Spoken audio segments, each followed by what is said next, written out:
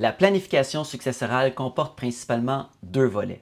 Le premier, ce que j'appellerais le volet juridique. On pense au testament, à la procuration, au mandat en cas d'inaptitude, aux directives de fin de vie, et ces aspects sont principalement pris en charge par un notaire. Le deuxième volet, celui dont j'ai envie de discuter avec vous aujourd'hui, est le volet financier de la planification successorale. Je vous donne un exemple typique. Pierre hérite de Huguette qui détenait 400 000 dans un fonds enregistré de revenus de retraite, ce qu'on appelle dans le jargon un FER.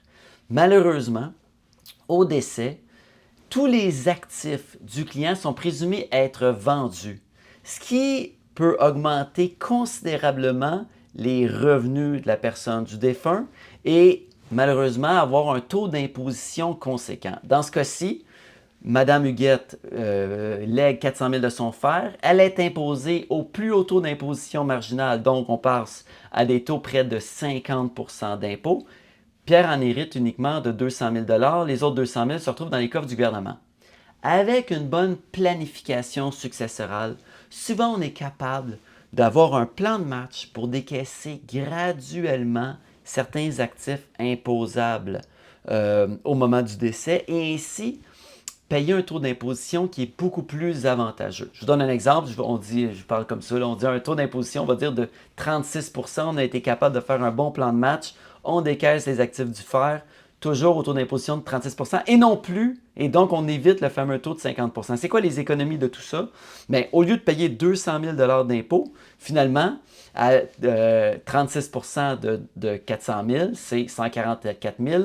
Entre 200 000 et 144 000, j'ai épargné 56 000 d'impôts en faisant une bonne planification successorale. Donc, c'est très important d'en discuter. Ça vaut la peine de prendre du temps avec un planificateur financier pour élaborer un plan de décaissement pour la succession. Qu'est-ce que Huguette peut faire? Là? Si on commence à décaisser plus rapidement les actifs du fer, qu'Huguette avait peut-être même pas de besoin. En fait, ça fait longtemps qu'elle voulait léguer tous ses actifs financiers à ses enfants, à ses petits-enfants. Mais bon, on n'avait pas nécessairement réfléchi à l'aspect des taxes, de l'imposition, des taux d'imposition marginale, tout ça. Mais de toute façon, elle voulait léguer son fameux fer à ses enfants. Mais si elle commence à décaisser plus vite ses actifs, elle va se retrouver avec des économies qu'elle n'a pas de besoin qui vont dormir dans son compte chèque. Mais non, ce qu'on peut faire, on peut aller utiliser les sommes qui sont décaissées pour maximiser son CELI ou encore, on peut faire ce qu'on appelle la gestion de patrimoine, la gestion d'actifs sur le plan familial, puis les guides sont vivants. Fait que Huguette pourrait, par exemple, dès maintenant, elle pourrait contribuer au REER de ses enfants, elle pourrait contribuer au CELI de ses enfants.